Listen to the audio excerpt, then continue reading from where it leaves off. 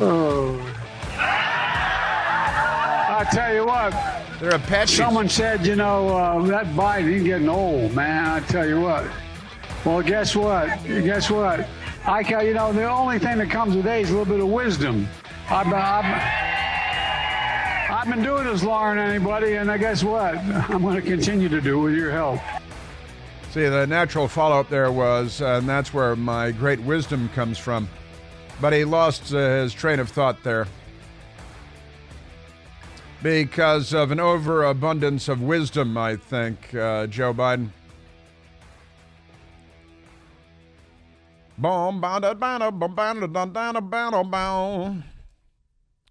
And I mentioned Jimmy Buffett passing away, and I said, didn't strike me as an especially political people. I said I assume his politics are what you'd expect them to be,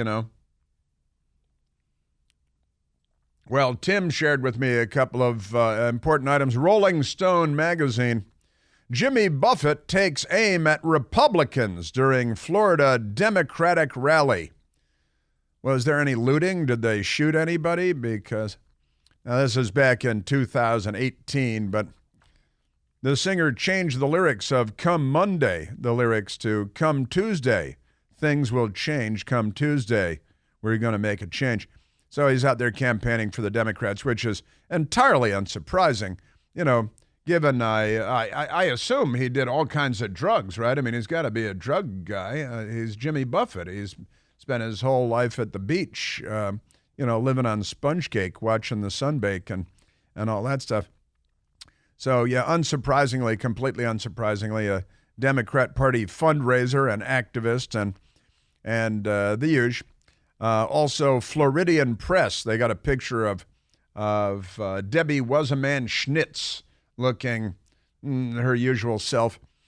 Democrats mourn the death of music folk hero Jimmy Buffett. And it says in the article, when the news came out that singer-songwriter Jimmy Buffett, a staunch progressive, who for years donated to Democratic lawmakers, candidates, and causes. It seemed as if the entire Democratic Party came out to mourn his death and praise his legacy. It's the Democrat Party thing. That comes as no surprise at all, of course. That's precisely what I would expect, naturally. The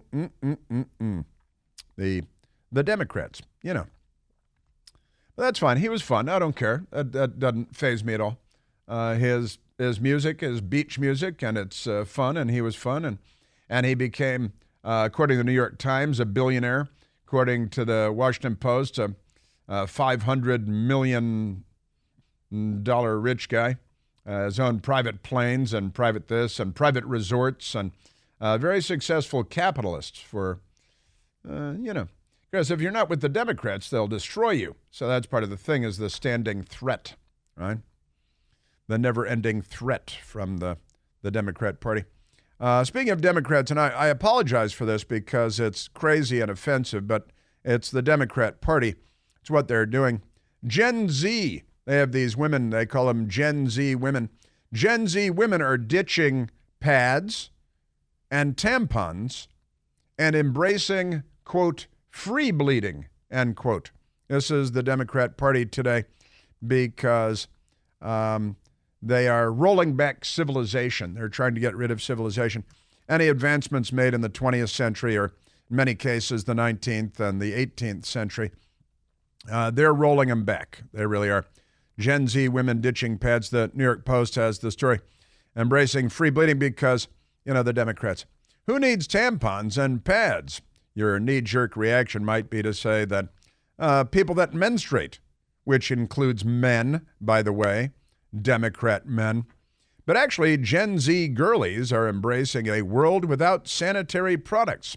The trend is called free bleeding, which means that you don't wear anything to absorb the blood when you menstruate. To be even clearer, it's about not using anything to block your period flow. I think that goes without saying. The trend has become a popular topic of conversation on social media platform TikTok. young women are sharing their experiences, and it's a big trend. And Michael and I talked about this a while ago, and he said, yeah, I've been hearing about this. I hadn't heard about it before this, but apparently it's out there. Plenty are raving about the natural experience, and they find it liberating and, yes, a little messy. Well, imagine that. The creator Charlie declared that she started free bleeding, and she knew it was an insane choice. She added that it was healthy and saved money by doing it, but it wasn't well received by everyone, as you might imagine. So, what about your clothes? And what about school? And what about this? And what about that? Creator, that's what they call him on TikTok, I guess, Creator. Annie said through her process that she's on her period. She doesn't leave the house because she wants to honor her body. Sure, just that's progress. That's your Democrat Party. I stay home when I'm on my period. I stay home and I bleed. This is your Democrat Party in the 21st century. They're unwell. This is a party that is very unwell. She added that if she did have to go out, I think I'm done with this story. I'm reading through it and I'm thinking, and I'm just gonna say I'm done with this story. But this is your Democrat Party, and this is what they call progress, because they're progressives, and not everyone, of course, would consider this to be progress because they're mentally ill. They're just there's a lot of mental illness out there. Period. Joe Biden decided to weigh in, and that was actually when there was an ellipsis in the teleprompter, and he didn't know how to read it because he's Joe Biden, and he is not a smart man. He's not a good man. He's not a serious man. Let's go to some of the other crazy people. Oh yeah, I wanted to get to another thing here too, out of Chicago and the Harvard University, because the Chicago Sun-Times has the story today about the former mayor of Chicago, who was a complete disaster and run out of town, and now they have a new mayor who's probably worse.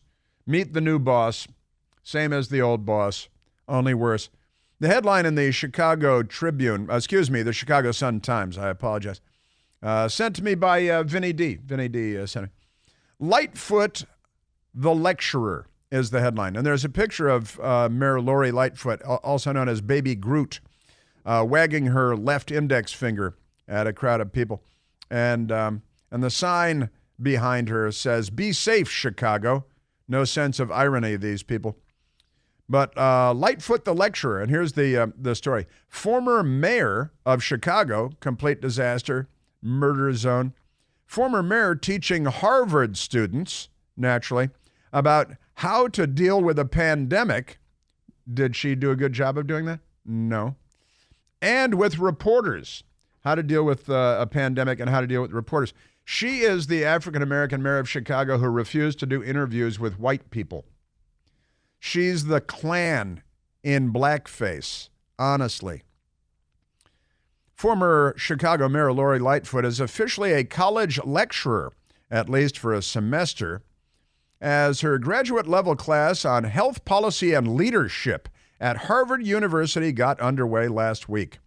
Lightfoot said she'll use a mock press conference where she doesn't call on white people, a simulated community meeting, and guest speakers, naturally, to have somebody else and do what you're supposed to be doing, to teach in part about the dangers of politicizing a pandemic. Yeah, sure, they didn't do that. And how to interact with the media. Well, at least the media of color, but not the white media. Drawing on lessons learned from running a city amid COVID-19. That's just amazing. And just imagine, if you will, that there was a Republican or a Democrat or any politician anywhere that chose to do their interviews and call on reporters based on their race. And if you didn't call on black reporters, as she would not call on white reporters, and didn't sit down with black reporters or Hispanic or Asian reporters, as she did not sit down with white reporters. And she's at Harvard now. because Democrats. To state the obvious, I'm a black woman mayor. I'm the mayor of the third largest city in the country. The media is in a time of incredible upheaval and disruption. But our City Hall press corps looks like it's 1950 or 1970. And she's not calling on them because they're white, because all these racist news organizations in Chicago sent white reporters to the press conferences. So she refused to work with white reporters because these liberal agencies sent their liberal reporters and they were white. And that's all she sees. So all right, let's get back to audio. And I can't believe we're in hour 3 already. Let's go to soundbite number 1. Why don't we rarely start at soundbite number 1, but let's go there. Franklin Foer, the author of the latest Joe Biden, glowing book about Joe Biden, written by Franklin Foer, although there's some interesting stuff in it. And Franklin Foer is making the rounds. He was on Morning Joke this morning. He's on, I think, all the Sunday talk shows. He's everywhere. He's trying to sell his book about how great Biden is. And Franklin Foer with Chunk Todd on NBC Fake News. And for the Sunday show, I think that might have been his last show on Sunday, day before yesterday, before he moves on to whatever. But here's the author, Franklin or Frank Foer, with Chunk. He looks stupid. One of his primary insecurities is that he doesn't want to be perceived as stupid because he had this plagiarism scandal back in the 1980s. And so when he walks into an interview or he walks into a press conference, he wants to have mastery of what he's discussing. Mastery. He wants to have mastery. And Franklin Foer is sitting there with Chunk, who's a former Democrat Senate campaign staffer whose wife is a Democrat Party apparatchik. And the fix is in. It's rigged. They're riggers. See, you can't say that, right? But Franklin Foer, I don't even want to share the name of the book with you because who cares? But Chunk and Frank together for the DNC. Let me ask you this way. If at the end of this calendar year, Joe Biden announces that he's not going to seek a second term, based on all your reporting, how much of a surprise will that be to you? Listen to this. I would say it would be a surprise to me, but it wouldn't be a total surprise. Wouldn't be a total shock. It wouldn't be a total shock. It would be a surprise to me, but it wouldn't be a total shock. And Chunk is hearing the same thing. I have been saying this for months, that Joe Biden will not be the nominee next year. And I believe that he won't be the nominee next year. That's why I've been saying it. I posted a video months ago that Joe Biden won't be the nominee because he's so awful and so terrible. And I thought, well, they're just catching up on Meet the Press. If you listen to this show, then I was saying that months ago. You don't have to be Nostradamus. He's brain damaged. His brain, she's a no good. That brain of his, it's a no good, that brain, and she's a no good. But never mind all that. Now, the biographer, he's caught up. By the way, books about Joe Biden are not selling well. That's generous understatement. And they're all glowing, of course. Wonderful. He allegedly got more votes than any president in the history of the country. You write a book about him, you might sell 10,000 copies in a nation of 330 million people. And then there's the global audience, too, but never mind that. Hey, Joe Biden's plan to inflict upon us the digital dollar is already underway, and it's vitally important to understand the potential consequences of this move. Because, believe it or not, contrary to what they're telling us, this is not in your best interest or mine. Time is of the essence, so taking action now is a really great idea to protect yourself, your savings, your retirement, your future. You can help protect your savings from the risks of the digital dollar by diversifying with IRAs in gold and silver, in real gold and silver. You start by calling the experts at American Alternative Assets to ask all the questions you have and get smart. Call American Alternative Assets at 888-4-GOLD-20. That's 888-446-5320. They'll give you all the guidance you need on safeguarding your retirement savings. Say no to Joe Biden's digital dollar scheme Call 888-4GOLD20. That's 888-446-5320. Individual results may vary. There is no guarantee that past performance will be indicative of future results. Seek your own legal, tax, investment, and financial advice before opening an account. Yeah, you think, and Chunk obviously had the question teed up for him because the Democrat Party's in a gender sexual panic.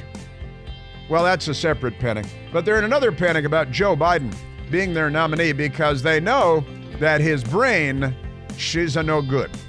Let me ask you this way.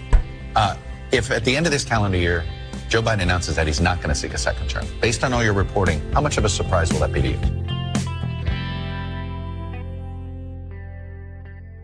Hey, it's Chris Plant, excited to tell you about our July 2024 Listener Sea Cruise. We'll be sailing around the British Isles, visiting Scotland and Ireland. Please join us. Book by this July 31st for extra savings. Visit ChrisPlantCruise.com. When we disagree, it'll be just like, so far, it's been just like when Barack and I did. If I reach something where there's a fundamental disagreement we have based on a moral principle, I'll develop some disease and say I have to resign. Joe Biden's got a plan. That's another one of those things that you're not supposed to say out loud, but he said it anyway because his brain, she's a broke. She's a broke. Now, there have been several stories lately on George Soros, you know him, radical, anti-American, leftist, extremist, Democrat Party billionaire, sponsor and supporter. Been at death's door for 55 years, I think. And there have been tweets back and forth, and Charlie Kirk from Turning Point USA and the son of George Soros, Alex Soros, wrote a piece in the left-wing Politico in Washington, D.C., where he declared that he's concerned that if Donald Trump becomes, he's got all the dad's money now, if Donald Trump becomes the Republican nominee, that the George Soros money will be thrown in to destroy President Trump's chance at becoming president, because he said, I believe a MAGA-style Republican victory in next year's U.S. presidential election could, in the end, be worse for the EU than for the U.S. That's what he says. They want to keep that war in Ukraine going forever. Such an outcome will imperil European unity and undermine the progress achieved on many fronts in response to the war in Ukraine, which the globalists want to keep going forever because killing is good for business for the globalists. And Donald Trump has said that he would stop the war in a day, but never mind that. Speaking of which, I've got an update for you. So George Soros' money and the son, Alex Soros, the new king of evil, they're planning on targeting President Trump with their billions and billions and ill-gotten gains because they're concerned that it will be bad for the European Union, which is ridiculous, of course. He was getting NATO countries to pay their fair share and creating more unity and telling Germany they shouldn't depend on Putin for their gas.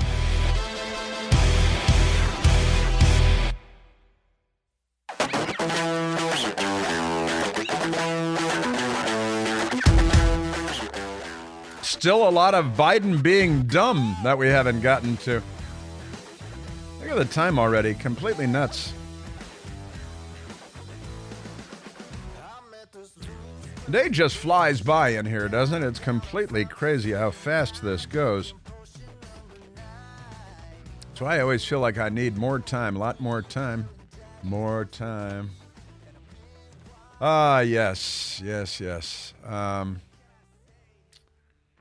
There's the some Democrats keep hoping for Michelle Obama in 2024 headline from the Washington Times. Another sign of Biden's vulnerability. He's very vulnerable with his vulnerability and everything. Michelle Obama getting 48% and and Joe Biden getting 36%. So if you got a Democrat Party primary matchup, and it's Michelle Obama, who's never been elected to anything, never held public office, never been a politician. She's just generally mean, and she's got Larry Holmes's arms. But other than that, Michelle Obama, 48%, Joe Biden, 36%. And what we're seeing is the Democrats are looking at Joe Biden and thinking, you know, he is not up to the task here. He's no good at this. But it does look like, you know, Barack Obama's behind the curtain running things because of all the visits to Barack Obama's mansion off of Embassy Row in Washington, D.C., by Biden White House people spending time there. Who's really in charge? Honestly. Man, oh man, I'm telling you. Completely crazy. Also, the great one, Mark Levin, has published a piece on The Blaze. He wrote a piece on Blaze Media. And Mark Levin saying the Democrat Party's fetish for the 14th Amendment is a vile attack on our elections directed at one man, Donald Trump, as you might imagine. And the great one, Mark Levin, my friend of America, friend of freedom-loving people everywhere, the modern Democratic Party has an unhealthy fetish for the 14th Amendment. One of the three post-Civil War constitutional amendments, Democrats are constantly and relentlessly trying to rewrite it to accommodate their political ends.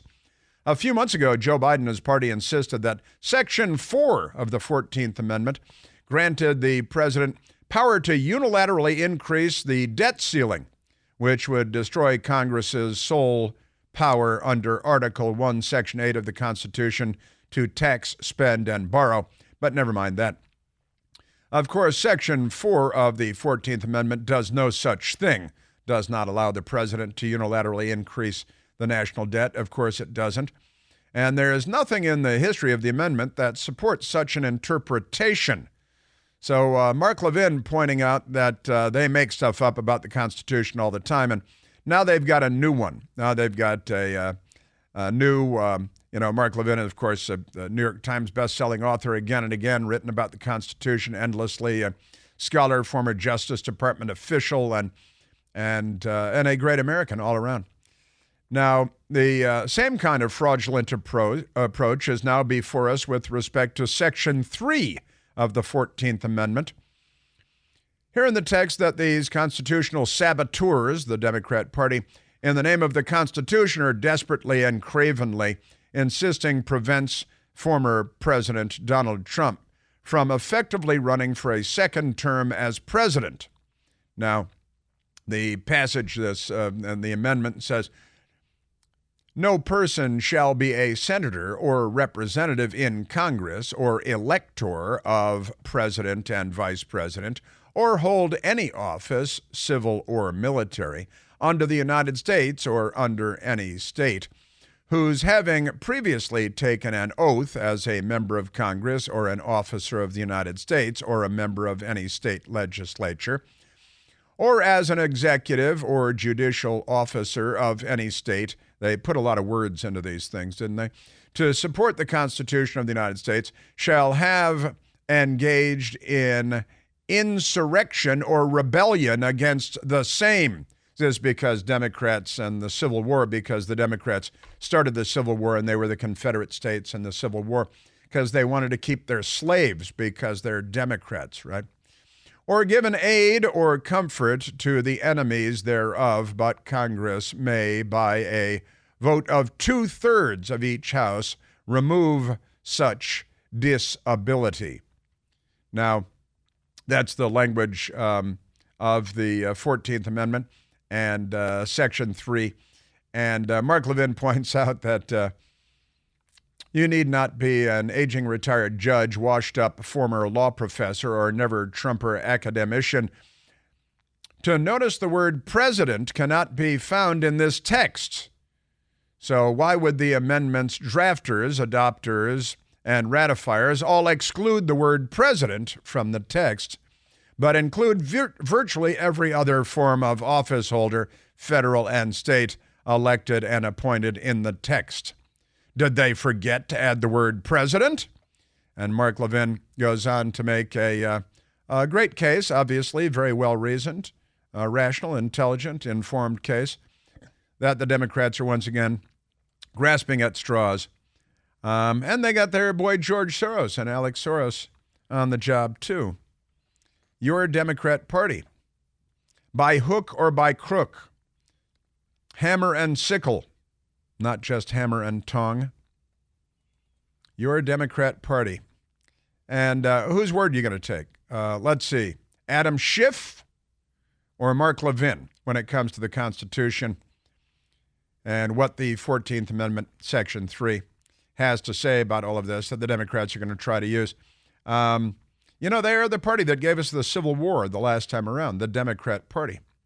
They are not on our side. Let's go to Joe Biden because he's not a smart man, is he? And Mark Levin sent along the article this morning. Perhaps we should share it since I'm talking about it now. But you can find it at the Blaze as well. Yeah, and the Democrats hoping for Michelle Obama because then they'd have Barack Obama back in the White House. And since he is apparently the puppet master behind Joe Biden, with all of the Biden White House people visiting the Obama house off of Embassy Row in the shadow of the mosque, you know. Oh, also, Dr. Jill Biden, who's not a doctor at all, test positive for the Wuhan Red Death. Jill Biden has COVID-19 again. And you know how many shots has she had, Michael? She got the 2-shot initial vaccine. She's done 2 boosters, and now she's had Wuhan twice, 2 times. So that's 2, 2, and 2. Got the initial 2-shot vaccination and then 2 booster shots, and she's had Wuhan 2 times. First Lady Jill Biden tested positive for COVID-19 on Monday, and President Biden test results have come back negative. Probably keeps him at arm's length, I'm thinking. Otherwise, he might sniff her and grope her. Jill Biden, 72 years old, currently experiencing only mild symptoms. Her communications director, Elizabeth Alexander, said in a statement, she will remain at their home in Rehoboth Beach, Delaware. Which one is that? Not going to India? First Lady previously received 2 doses of the COVID-19 vaccine as well as a pair of booster shots, has tested positive for the coronavirus at least twice before. Now she's had it for a 3rd time. Joe Biden, 80 years old, administered a COVID-19 test Monday night following the First Lady's positive test, according to White House Press Secretary Cringe on Pierre. Also, there's a crazy story that we're not calling India anymore. Is that right? We're not calling India anymore? Did you send me that thing? What are we calling it now? Because Joe Biden is headed to India for the G20 summit, and Xi Jinping of China is not going to the G20 summit in India, which now we're saying is no longer called India. But wait a minute, I thought we were supposed to not call American Indians because they thought they were landing in India. India's government, here's the story from the Associated Press, completely nuts. And Jill Biden has the Wuhan for the 3rd time after 2 vaccination shots and 2 booster shots. And she's got the Wuhan for the 3rd time. And I wish her all the best and a speedy recovery because somebody's got to, walk your sock puppet husband around, keep him from bumping into stuff like a jellyfish. India, the Associated Press, India's government replaces, quote, India, end quote, with ancient name Bharat, Bharat, in dinner invitation to G20 guests. It's no longer India, now it's Bharat. It's Bharat. Barack Obama? No, that's a different thing. It's not Barack Obama. So they've replaced the name of India. They're going to just change their name. Maybe they're changing their gender, too. Maybe they're changing their pronouns. You know how they are. Man, oh, man, oh, man. Yeah, that's right. You get your 2 vaccination shots. Then you get your two booster shots. Then you get 3 cases of the Wuhan. It's like breakfast at Denny's. It's like... So the Associated Press out of New Delhi in what I'm going to call India Prime Minister Narendra Modi, his government has replaced the name India with a Sanskrit word in dinner invitations sent to guests attending this week's Group of 20 summit, in a move that reflects his Hindu Nationalist Party's efforts to eliminate what it sees as colonial-era names. They should do that, I think. They should cease to exist as a country. Indian President Murmu, M-U-R-M-U, is referred to as President of Bharat instead of President of India in the invitation sent to the G20 attendees. The nation of more than 1.4 billion people is officially known by two names, India and Bharat, but the former is most commonly used both domestically and internationally. Bharat is the ancient Sanskrit word, which many historians believe dates back to early Hindu texts. The word also means India in Hindi, which is the punchline. That's what makes it funny. So wait a minute. The replacement word means, what does it mean if you translate it? Well, it means India. You know, I'm telling you. All right, let's go to Joe Biden, because he was asked at one of his homes in Delaware, the Secret Service is in there rewiring it with all kinds of security stuff, so he's not staying there. And he stumbled up to some reporters and gave this very incoherent statement. The reason I'm here today, just for one day, I know I'm on vacation. I'm not. I have no home to go to. The Secret Service has torn my house up in a good way to make it secure. So I have no place to go when I come to Delaware except here right now. I'm only here for one day. Are you homeless? No, I'm not homeless. I just have one home, my beautiful home. But I'm down here for the day because I can't go home. How did you afford all those homes on a government salary as a senator and a vice president? Was Hunter giving you half of his income? Nobody asks him. Nobody asks him stuff. Because the emails say he told his daughter that he has to fork over half of his income to you. Why does he have to do that? Did he pay for your big houses in Delaware? And no, I'm not homeless. You got the White House and then these big white houses on the water and all that stuff. I'm telling you. Joe Biden talking about Florida and Hawaii. There was a fire in Hawaii. He botched that. There was a hurricane that blew through Florida. And Joe Biden knows what the cause is. Nobody can deny the impact of climate crisis. Nobody intelligent can deny the impact of a climate crisis anymore. Just look around the nation and the world for that matter. Historic floods, intense droughts, extreme heat, deadly wire fires. Deadly wire fires. That he had that wire fire, set his kitchen on fire 19 years ago and almost lost his cat. Y'all know about that. So the crises that, and nobody can deny it. It's the climate catastrophes. We've got floods and, it rained in the desert in Nevada and Burning Man had lots of mud, and that's climate change. Everything is climate change. Every time it rains, it's climate change. Every time it doesn't rain, it's climate change. When it snows, it's climate change. When it's hot, when it's cold, it's always climate change, and it's a crisis. It's an emergency. That's why they have to kill all those whales. That's why they killed dozens of whales off the East Coast because, honestly, just crazy.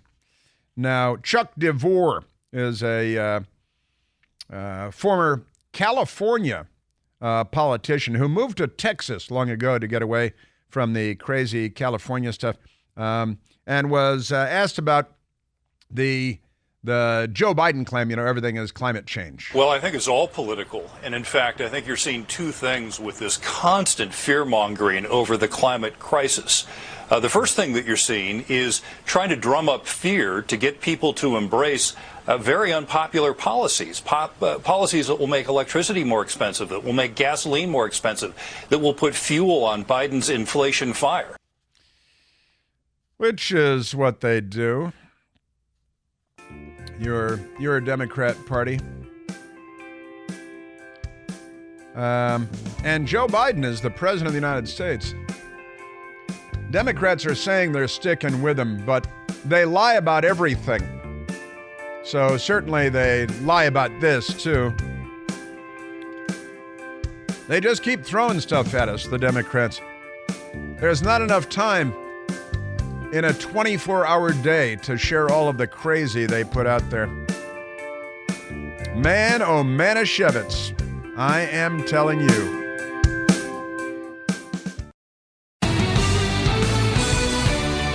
So the Chinese communists are communists, and they're hell-bent on conquering the world, enslaving everyone, and destroying the United States of America. The Democrats are on their side. Vladimir Putin is a communist. Kim Jong-un is a communist. Kim Jong-un is headed to Russia to meet with Putin so they can plot against the United States of America. Iran is on their side. Our Commerce Secretary, Gina Raimondo, headed over to China for a meeting with the Communist Chinese to talk about commerce so they could kowtow and give the Chinese everything they wanted. And before she went, the Chinese communists hacked into her computer and her emails and everything. And she's a cabinet secretary. So they're hacking into everybody everywhere. We found out about it. Gina Raimondo was on every Sunday talk show, I think, and she's the hero of the story. You know, look, they did hack me, which was unappreciated, to say the least. I brought it up clearly, put it right on the table. By the way, I brought up many of our grievances on behalf of our national security concerns, concerns of U.S. labor, concerns of U.S. business. Didn't pull any punches. Still, though, it's a complicated relationship. There's no doubt about it.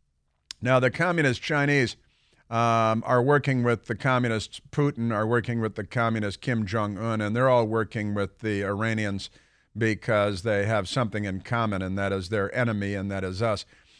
We also learned in the last couple of days that the Chinese have been caught more than 100 times spying on our military bases. They have scuba divers sneaking up on our military bases. They all have cameras.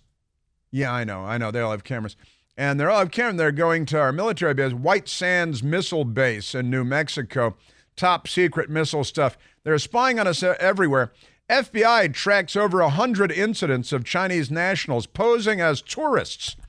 And they say, oh, we're just tourists, and we accidentally wandered onto the military reservation. We accidentally scuba dived up to Cape Canaveral to spy on everything. They're commies.